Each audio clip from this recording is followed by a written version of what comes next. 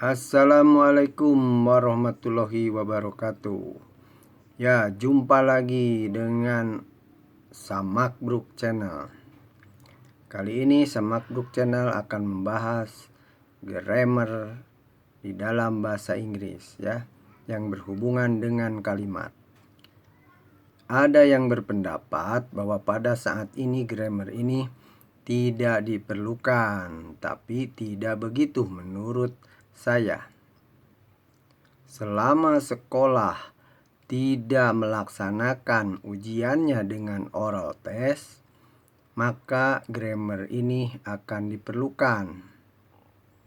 Karena soal di ujian tertulis PG dan esai itu 90% berhubungan dengan grammar. Baik, kita mulai dari kalimat. Apa itu kalimat? Kalimat itu sekumpulan kata-kata yang sudah terpolakan. Apa pola kalimat dalam bahasa Inggris? Ya, tidak jauh berbeda dengan bahasa Indonesia, yaitu terdiri dari subjek, predikat, objek, dan keterangan atau kadang disingkat dengan SPOK. Lalu apa itu subjek ya? Subjek itu di dalam bahasa Indonesia disebutkan pokok kalimat, yaitu kata yang ada di depan sebuah kalimat. Apa saja subjek dalam bahasa Inggris? Sepengetahuan saya itu ada 7. 1. Saya dalam bahasa Inggrisnya I. Kamu, you. Mereka, they. Kita, we. Dia laki-laki, he. Dia perempuan, she. Sedangkan untuk pengganti benda dan barang adalah it. Lalu apa saja predikat dalam bahasa Inggris? Itu ada 4. 1 dari kata kerja, 2 dari kata benda, 3 dari kata sifat, dan 4 dari kata keterangan atau disebut adverb.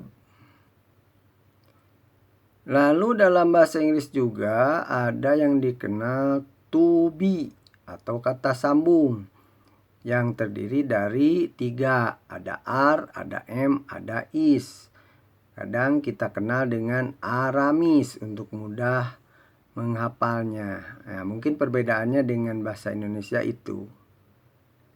Yang paling penting diketahui dalam bahasa Inggris untuk membentuk kalimat yaitu ada bentuk kalimat verbal dan ada bentuk kalimat nominal. Nah, kadang hal inilah yang membuat kita kebingungan dalam menentukan sebuah kalimat, baik mau ditulis ataupun mau diucapkan, yaitu di dalam menentukan bentuk kalimat apakah ini verbal atau nominal. Untuk hal itu nanti kita akan bahasnya apa itu kalimat verbal, apa itu kalimat nominal. Karena kita harus mengetahui juga tentang jenis kalimatnya. Jenis kalimat dalam bahasa Inggris itu ada 5 ya. 1. Kalimat pernyataan, biasanya untuk menyatakan sesuatu ya. Yang kedua, kalimat menyangkal untuk menidakkan ya. Yang ketiga, kalimat tanya, itu untuk bertanya.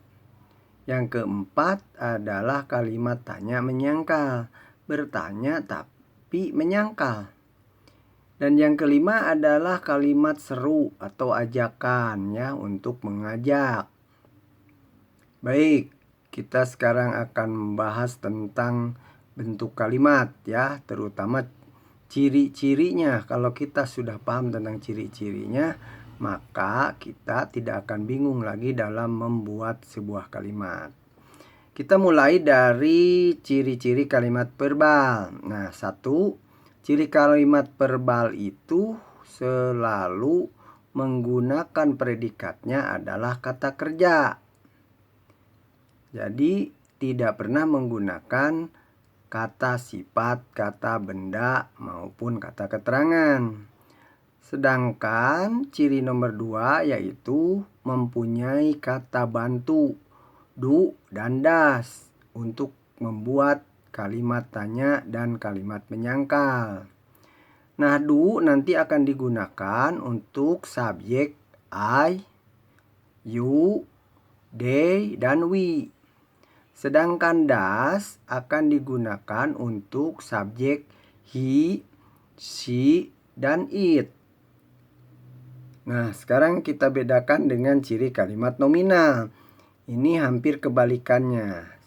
Cirinya 1, predikatnya selalu non kata kerja. Biasanya kata benda, kata sifat, dan kata keterangan.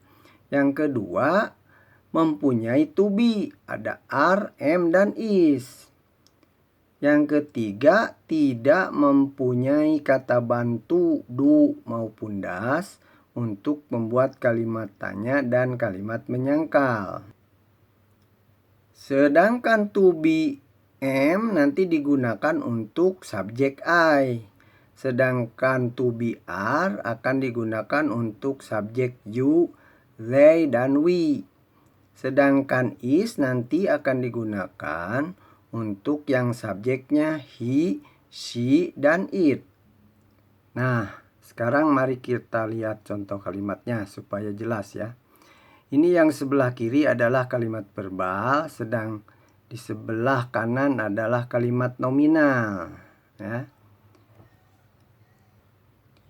Kita mulai dari contoh kalimat pernyataan. Di situ ada 2 ya. Pertama, menggunakan I. I drink a cup of tea. Saya minum secangkir teh. Yang kedua, he drinks a cup of tea. Dia meminum secangkir teh. Nah, untuk he kata kerjanya harus ditambah s di belakangnya. Nah, ini contoh kalimat pernyataan untuk kalimat nominal. Contoh 1, I am a cup of tea. Saya secangkir teh. Nomor 2, he is a cup of tea. Dia secangkir teh. Nah, disitulah perbedaannya ya. Di kalimat verbal itu tidak ada to be-nya. Jadi langsung saja subjek, predikat dari verb. Tidak menggunakan to be. Sedangkan di kalimat nominal itu selalu menggunakan to be. Jadi di dalam kalimat verbal, I drink a cup of tea. Tidak boleh I am drink a cup of tea. Begitu juga di dalam kalimat nominal. Itu harus selalu pakai to be. I am a cup of tea. Tidak boleh I a cup of tea. Nah, sekarang untuk membuat kalimat menyangkal di dalam kalimat verbal, maka kita harus menggunakan kata bantu, yaitu kata bantu disimpan setelah subjek, cuman ditambah not. Contoh, I do not drink a cup of tea. Saya tidak meminum secangkir teh. Yang kedua, he does not drink a cup of tea. Dia tidak meminum secangkir teh. Nah, beda ya. Kalau yang I menggunakan do, sedangkan yang he menggunakan das kata bantunya. Sedangkan contoh kalimat nominal untuk kalimat menyangkalnya, itu contohnya, I am not a cup of tea. Saya bukan secangkir kopi. He is not a cup of tea. Dia bukan secangkir kopi, ya. Kenapa di situ menggunakan to be? Karena a cup of tea itu adalah kata benda, bukan kata kerja. Untuk membuat kalimat tanya di dalam kalimat verbal, cukup kata bantu simpen di depan subjek. Dan untuk kalimat nominal, cukup to be disimpan di depan subjek. Jadi di kalimat verbal itu tidak boleh ada to be. Lalu bagaimana dengan kalimat I am drinking a cup of tea? Apakah itu salah? Ini benar juga. Cuman karena drinknya sudah diakhiri dengan ing, maka drink itu bersifat jadi kata benda. Sehingga wajib ada to be, sehingga kalimatnya menjadi I'm drinking a cup of tea, yang artinya saya sedang meminum secangkir kopi. Ini yang disebut dengan kalimat